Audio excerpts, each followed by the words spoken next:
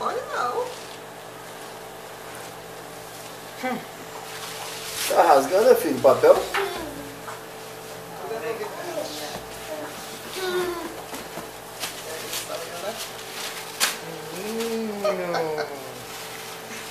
Agora ele tá na fase de querer botar as coisas na boca, né? Tem que ter cuidado, né? Faz orar.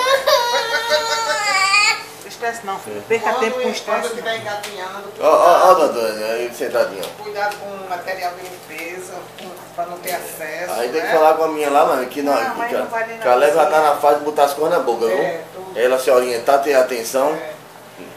Já vi menino beber perfume. Doutora Diana, agora, comer batom. quero lhe dizer uma coisa, a respeito da alimentação dele. Eu não sei se é por causa da cebola e do alho, mas essa criança faz uma careta tão grande para comida. Você acha que eu devia fazer essa comida sem nada? Como é? Faça com manteiga.